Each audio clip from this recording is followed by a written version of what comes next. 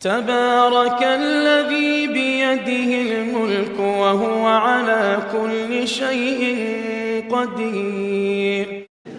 দুনিয়া সৃষ্টি হয়েছিল আমাদের আল্লাহ পাক রব্বুল আলামিন আমাদের নবীকে যদি সৃষ্টি না করতেন তাহলে কি দুনিয়া সৃষ্টি করতেন না আল্লাহ পাক রব্বুল আলামিন?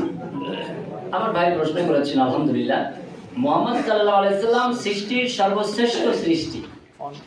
মুহাম্মদ সাল্লাল্লাহু আলাইহি সাল্লামের মর্যাদা, মর্তবা, সম্মান, ইজ্জত সারা পৃথিবীর মানুষকে যদি এক পাল্লায় দেওয়া হয় আর মুহাম্মদ সাল্লাল্লাহু আলাইহি সাল্লামকে যদি আরেক পাল্লায় দেওয়া হয়, মুহাম্মদ সাল্লাল্লাহু আলাইহি সাল্লামের পাল্লাটাই ভারী হবে।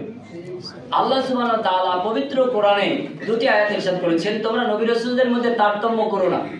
এই নির্দেশের সরাসরি লক্ষ্য হলো আমলের ক্ষেত্রে, অনুসরণের ক্ষেত্রে নবী রাসূলদের মধ্যে তারতম্য করো না। যখনই তোমরা কোরআনে হাদিসে নবীদের আলামত, নবীদের অনুসরণ নির্দেশ পাবে, তখন তোমরা পার্থক্য করবে না। এটাই ঠিক। ভাইয়ের প্রশ্নটা অন্য। মুহাম্মদ সাল্লাল্লাহু আলাইহি সাল্লামকে সৃষ্টি না করলে কি কোনো কিছু সৃষ্টি করা হতো না?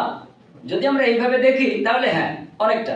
কারণ আল্লাহ বলেছেন, আমার পরিকল্পনায় কোনো বৈপরীত্য, কোনো পার্থক্য হবে না, হওয়ারও না। লিসুন্নাতিল্লাহি তাবদীলা, লিসুন্নাতিল্লাহি তাহবিলা। আল্লাহ দুটি শব্দই বলেছে যে আল্লাহর আইনে, আল্লাহর ব্যবস্থাপনায়, আল্লাহর সৃষ্টি পরিকল্পনায় কোনো পার্থক্য হবে না, হওয়ারও নয়। অতএব এই ক্ষেত্রে মুহাম্মদ সাল্লাল্লাহু আলাইহি সাল্লামকে যদি আল্লাহ এখানে না রাখতেন তাহলে তার সৃষ্টি শৈলীর মধ্যে একটা তারতম্য হয়ে যেত। তা আল্লাহ বলছেন এটা হবার নয়। এরকম ভাবে আপনাকেও যদি এই জায়গায় জন্ম না দিতেন, এই জায়গায় যদি না পাঠাতেন, তাহলে সৃষ্টি শৈলীর মধ্যে একটা পার্থক্য দেখা যায়। তাহলে সেই আলোকে সৃষ্টির যে পরিকল্পনা, প্ল্যান, ব্লুপ্রিন্ট, এটা আল্লাহ সুবহানাহু ওয়া তাআলা সুনির্দিষ্ট, যেভাবে যতটুকু যেখানে আছে, এটা আল্লাহ সুবহানাহু ওয়া তাআলা এই উদ্দেশ্যে তৈরি করেছেন। মুহাম্মদ সাল্লাল্লাহু আলাইহি সাল্লামকে সৃষ্টি না করলে কি কিছু সৃষ্টি করতেন না? আল্লাহ সুবহানাহু ওয়া তাআলা মানব, জিন তথা সৃষ্টি রাজিকে, ভূমণ্ডল, নবমণ্ডলকে সৃষ্টি করেছেন কোন উদ্দেশ্যে, সেটা আল্লাহ সুবহানাহু ওয়া তাআলা পবিত্র কোরআনে 21টি আয়াতে পরিষ্কার করেছেন। সূরা জারিয়াত 56 নম্বর আয়াত। এটা যদি আপনি তাফসীর ইবনে কাসির দেখেন, বিস্তারিত পাবেন। তাফসীরে মারিফুল কোরআন, তাফসীরে ফি জিলালিল কোরআন, তাফসীরে নুরুল কোরআন, তাফসীরে রুহুল মানি, এছাড়া আরো যত তাফসীর গ্রন্থ আছে, এখানে দেখলে আপনি দেখবেন আল্লাহ সুবহানাহু ওয়া তাআলা কি উদ্দেশ্যে সৃষ্টি করেছেন। অপরদিকে সূরা মুলক আয়াত নম্বর 2, আল্লাহ সুবহানাহু ওয়া তাআলা বলেছেন, আমি মানুষের জীবন এবং মরণ সৃষ্টি করেছি পরীক্ষা করে দেখতে চাই কার আমল কত ভালো, কার আমল কত ভালো। এখানেও আল্লাহ সুবহানাহু ওয়া তাআলা মানুষকে কেন জীবন মরণ সৃষ্টি করেছেন তার উদ্দেশ্য ব্যক্ত করেছেন। কার উদ্দেশ্য? আল্লাহ সুবহানাহু ওয়া তাআলার উদ্দেশ্য। আপনি এখানেও তাফসীর ইবনে কাসির থেকে সুবিস্তারিত আরো জানতে পারেন।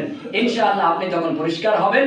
তবে মুহাম্মদ সাল্লাল্লাহু আলাইহি সাল্লাম কেন পৃথিবীর একটা পিপীলিকা, একটা অন্য সৃষ্টি, একটা গাছগাছালিতেও যদি সৃষ্টির কোনো পার্থক্য হতো তো আল্লাহর কথার মধ্যে বৈপরীত্য হতো। আর নিশ্চয়ই লিসুন্নাতিল্লাহি তাহবিলা, লিসুন্নাতিল্লাহি তাবদীলা, আল্লাহর আইনের মধ্যে কোনো বৈপরীত্য, কোনো পার্থক্য পাবে না, পাওয়ারও নয়।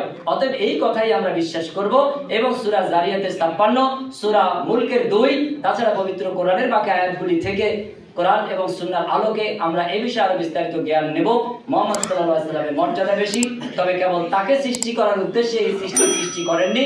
আল্লাহ সুবহানাহু ওয়া তাআলা মানব জাতিকে কেন সৃষ্টি করেছেন এসব জায়গায় আরো বিস্তারিত আলোচনা আছে। তাছাড়া আপনি আরো বিস্তারিত পাবেন সূরা বাকারা 30 নম্বর আয়াত থেকে 35 নম্বর আয়াত। আশা করি বুঝতে পেরেছেন।